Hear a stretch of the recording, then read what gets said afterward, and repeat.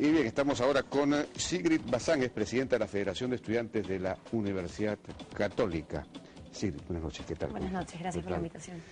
Bueno, Monseñor Cipriani pidió disculpas, pero tuviste una respuesta muy fuerte, muy dura, diciendo que ya era muy tarde, incluso lo acusaste de hipócrita. Sí, bueno, gracias por el espacio para empezar. En realidad nosotros hay que tener un poco de cuidado al leer los medios. Sí hemos dicho abiertamente, no solamente que nos parecen unas disculpas poco sinceras, sobre todo cuando se mantiene en pie la propuesta que inició todo este conflicto en materia de los estatutos, sino que también creemos que ahora el diálogo ha entrado a la instancia con el Vaticano. Es por eso que nosotros, desde comienzos de año, cuando tuvimos la visita del, valga la redundancia, el visitador, Peter Erdó, en la universidad, mandamos una carta, los representantes estudiantiles mandaron una carta para tener una reunión con él, la cual no respondió. Nosotros también la semana pasada hemos ido a la Nunciatura Apostólica a presentar una carta también al Papa, al Vaticano, y tampoco ni siquiera se nos abrió la puerta. Entonces sí hemos buscado otras formas de diálogo. En realidad con el cardenal hemos tratado de dialogar desde el 99, cuando él asume su cargo de cardenal, y lamentablemente todo ha devenido a este conflicto que continúa incluso y que él mantiene, ¿no? Ahora la conferencia episcopal peruana en 2 ocasiones, no solamente el arzobispado, ¿no?, sino todos los obispos del Perú, se han pronunciado en el sentido de que la adecuación de los estatutos de la Católica a la Ex Cor de Ecclesiae no afecta a la ley, no es contraria a la ley peruana, y que perfectamente se pueden adaptar respetando la autonomía y todo lo demás. ¿Por qué la idea de que efectivamente esto afectaría la autonomía de la universidad? Mira, ahí hay una frase engañosa, ¿no? Yo también estoy de acuerdo con que la adecuación de los estatutos al Ex Cor de Ecclesiae no va en contra de la ley. Sin embargo, ¿hablamos de una adecuación o hablamos de reformas que presentó el señor Cipriani que no se desprenden necesariamente de esa Constitución Apostólica? Yo tengo aquí la Constitución, la he traído impresa, en realidad completa, y te puedo claramente leer todas las partes en las que, por ejemplo, se habla de lo que una universidad católica necesita. Y si bien está escrito en términos algunos generales, sí se habla, por ejemplo, que una obligación es que las universidades tengan una facultad o al menos una cátedra de teología. La Católica del Perú tiene una facultad de teología y tiene cursos obligatorios. Pero cuando se habla, por ejemplo, del tema de la educación católica en las universidades católicas del mundo, se habla claramente que existe una completa autonomía y que se rige bajo las leyes. Se habla de un diálogo entre la fe y la razón, que no tienen necesariamente que ser impuesta por ninguna de las dos partes. Entonces, aquí en ningún momento el Ex Cor de Ecclesiae dice que el señor cardenal deba elegir a nuestro rector, ni que el señor cardenal elige qué profesores tienen ciertas características que él también decidiría y cuáles no. Entonces, el problema acá no es la adecuación de los estatutos. Se hizo una adecuación en los estatutos. Esta Constitución sale en el 92. En el 92, el entonces arzobispo Vargas Alzamora crea una comisión para la adecuación y hasta ahora se mantienen nuestros estatutos. Y el arzobispo tiene a 5 obispos que lo representan que no asisten nunca y no dialogan por esa vía. Ahora, según el arzobispado, el propio cardenal Augusto Vargas Alzamora envió una carta solicitando esa adecuación. Bueno, la propia Santa Sede después ha confirmado la necesidad de esa adecuación, en el sentido de que es la Asamblea de todos modos la que elige una terna, y lo que haría el canciller, el gran canciller, que era como era antes de Velasco Alvarado, ¿no? Antes de Velasco Alvarado en realidad ni siquiera había una terna, era directamente el arzobispo de Lima, creo que es el que escogía al rector. Ahora, después ha venido el tema de la Asamblea. Pero sería la Asamblea la que propone la terna. Sí, el problema acá es que la terna la propondría la Asamblea y Monseñor Cipriani tendría que escoger si es que a alguien le agrada esa terna. Si no, se propondría otra terna. Y otra terna, y otra terna, y así en verdad nos quedaríamos hasta que el que sea electo sea... Eterna, no sería una terna, dependería sino una del cardenal. Pero... Y ahí el problema en realidad que no se menciona también es que nuestro rector siempre, cualquiera que sea, se ratifica en el Vaticano, siempre, a toda la historia de la Católica. Antes del cardenal Cipriani, nuestro rector era ratificado por el Vaticano. Es a partir que el señor Cipriani, como cardenal, comienza a ejercer su cargo, que ya ningún rector se comienza a ratificar.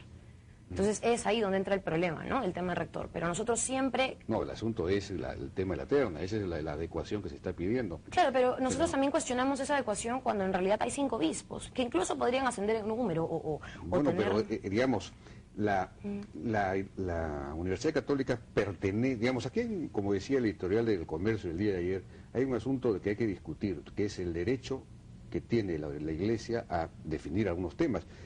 La Universidad Católica pertenece a la Iglesia. Ya, ese es otro problema también que se ha confundido. El tema de los bienes de la católica y su pertenencia es un tema en realidad que se está discutiendo en el ámbito civil. Hay actualmente 4 juicios que están interpretando los testamentos de Ribagüero para ver si efectivamente los bienes van a ser... Pero ese es el testamento de Ribagüero, eso es otro tema. Sí, pero completa los bienes.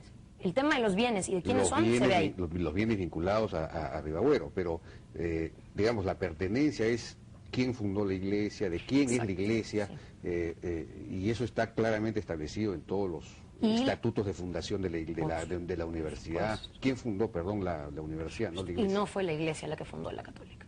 Bueno, sí, claro que sí. Fue un padre...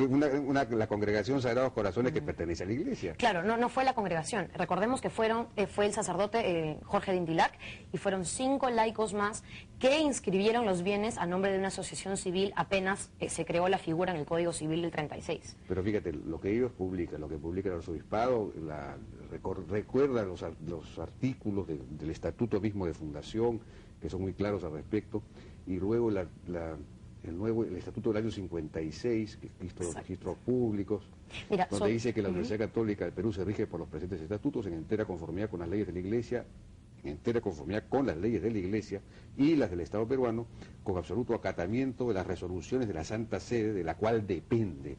O sea que es clarísimo, digamos, ¿no? Ahora, decir, de la dependencia, digamos, la Universidad Católica, según esto, pertenece claramente a la Iglesia Católica. Sí, para responderte a ese punto, la Universidad Católica tiene un vínculo con la Iglesia, como mencionas, pero ha citado el Estatuto de la Universidad del 56. Claro. Y ahora la universidad tiene otro estatuto. O sea, es como si yo agarrara y citara la Constitución de hace yo no puedo cambiar de propietario porque cambio de estatuto. Pero en el estatuto no se puede establecer una condición de propiedad. Eso lo establece la ley.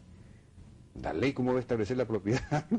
No. La ley rige la propiedad, pero la propiedad de una institución no la establece la ley. Eso la establece la propia institución, los estatutos de formación, la declaración de formación, ¿no? Claro, tú lo has dicho, y ahora los estatutos, y en realidad creo que no tampoco se contradice con lo que acabas de leer, en realidad siempre se decide en la asamblea universitaria donde hay representación del obispo y donde la iglesia está presente. Definitivamente está presente, ¿no? Y tampoco se recuerda o se malinterpreta el artículo del concordato donde dice, ¿no? Y acá te cito, la Iglesia tiene plena libertad para establecer centros educacionales de conformidad con la legislación nacional en la educación particular. El resto es de la educación pública. Y ahí mismo dice que, claro, la Iglesia podría fundar y podría ser dueña de instituciones educativas, cosa que no lo es de la católica, pero que incluso fuese el caso, se rigen y tienen que ser conformes con la legislación nacional, que acá está la ley universitaria, acá está la Constitución, te dicen claramente cada universidad es autónoma en su régimen normativo y se rigen por sus propios estatutos en el marco de la Constitución. Claro, pero hay un artículo, sin embargo... Y acá mismo dice, la ley fija las condiciones para autorizar su funcionamiento. Para eso el arzobispado también tiene una respuesta, dice que por eso es que los arzobispos, todos, la conferencia episcopal, opinan de esa misma manera, que esta ley universitaria dispone que las universidades tienen los mismos derechos y obligaciones con las particularidades establecidas por la ley y las propias de su condición jurídica. Según ellos, eso es lo que abre la puerta a una particularidad para la Universidad Católica. Pero en fin, es una discusión complicada. El asunto es, la Católica arriesga mucho separándose de la Iglesia Católica, ¿o no? ¿Ustedes creen que debe separarse de una vez por todas? Mira, yo creo que en realidad sobre las consecuencias se habla mucho, pero hay pocas certezas. Se ha hablado de la posibilidad de una pérdida o cambio del nombre. Eso no necesariamente se desprende de lo que se decida ahora. Si bien nosotros estamos como Federación de Estudiantes, en realidad yo no vengo a nombre personal, siempre representando a la mesa directiva, Nosotros creemos que hay la posibilidad de perder el título de pontificia. Sabemos también que el tema del nombre está inscrito en registros públicos como pontificia incluso y como católica también. Obviamente la pérdida del título implicaría que habría probablemente que hacer una modificación. El nombre no creo se deba quedar en pontificia universidad si al fin y al cabo en la práctica ya no es o ya no guarda esa relación de pontificia. Pero el tema de católica, yo creo, podría seguir un proceso de discusión más amplio en la Asamblea, donde ojalá de repente algún día los obispos designados por el cardenal asistan, ¿no? En ese sentido, la consecuencia no creo que sea tan grave, al menos no la inmediata, que es la pérdida del título. Hemos visto... digamos, la pérdida de la naturaleza, de la vinculación con la Santa Sede, la naturaleza católica, digamos, del nombre católica, puede hacer que el arzobispado, la Santa Sede, en fin, ejerzan un juicio de restitución de bienes, es decir, esta es una entidad que me pertenece y ahora pues se han independizado y por lo tanto que me devuelvan mis bienes. ¿Eso puede ocurrir o no? De acuerdo a nuestra interpretación, definitivamente no. El tema de los bienes es un tema civil. Yo lamentablemente no me puedo poner, digamos, en los zapatos de los jueces o pretender ser uno y por lo tanto decirte qué dicen o qué no dicen los estamentos. Eso se decidirá correspondientemente. Pero sí creemos que hay otras universidades en realidad que también están en conflicto, ¿no? La católica no es la única, como algunos medios lo han dicho. Está la Universidad de Lovaina en Bélgica, está la Universidad de Nijmegen en Holanda, ¿no? Que también han tenido conflictos y que no por eso han cambiado de nombre. ¿Ustedes quisieran en realidad de una vez romper el vínculo con la Santa Sede? No, nosotros en realidad siempre hemos buscado el diálogo. Te he mencionado las instancias en las que lamentablemente se nos ha cerrado la puerta. Con respecto a la Iglesia, yo creo que la Universidad Católica guarda un espíritu católico, aunque muchos digan lo contrario, y que en realidad parte por el tema de la investigación. Creo que es inseparable hablar de una universidad católica al hecho de que el diálogo entre la fe y la razón esté presente. O sea, uno no puede pretender tener la verdad e investigar. Porque ¿qué habría de investigar si la verdad está preestablecida? Entonces, en ese sentido, creemos que la católica no tendría por qué desvincularse de un catolicismo y que en términos de pérdidas, bueno, también es el Vaticano y la Iglesia Católica... La Iglesia Católica es una jerarquía, una institución, ¿no? No es como las iglesias protestantes, por ejemplo, ¿no? Entonces, si la Santa Sede dispone A y la católica dice no acepto, entonces está rompiendo el vínculo en la práctica, ¿no? Claro, nosotros creemos que de esa ser la consecuencia, habría que sufrirla si es que tenemos que definitivamente defender la autonomía primero, ¿no? Muy bien, Sigrid Bazán, efectivamente. Muchas gracias por tu participación. Muchas gracias a ti. Vamos a una pausa y regresamos ahora con el doctor Renato Alarcón, psiquiatra muy reputado, que ha conducido una encuesta muy importante acerca de la salud mental en Lima, una cosa realmente preocupante. Regresamos.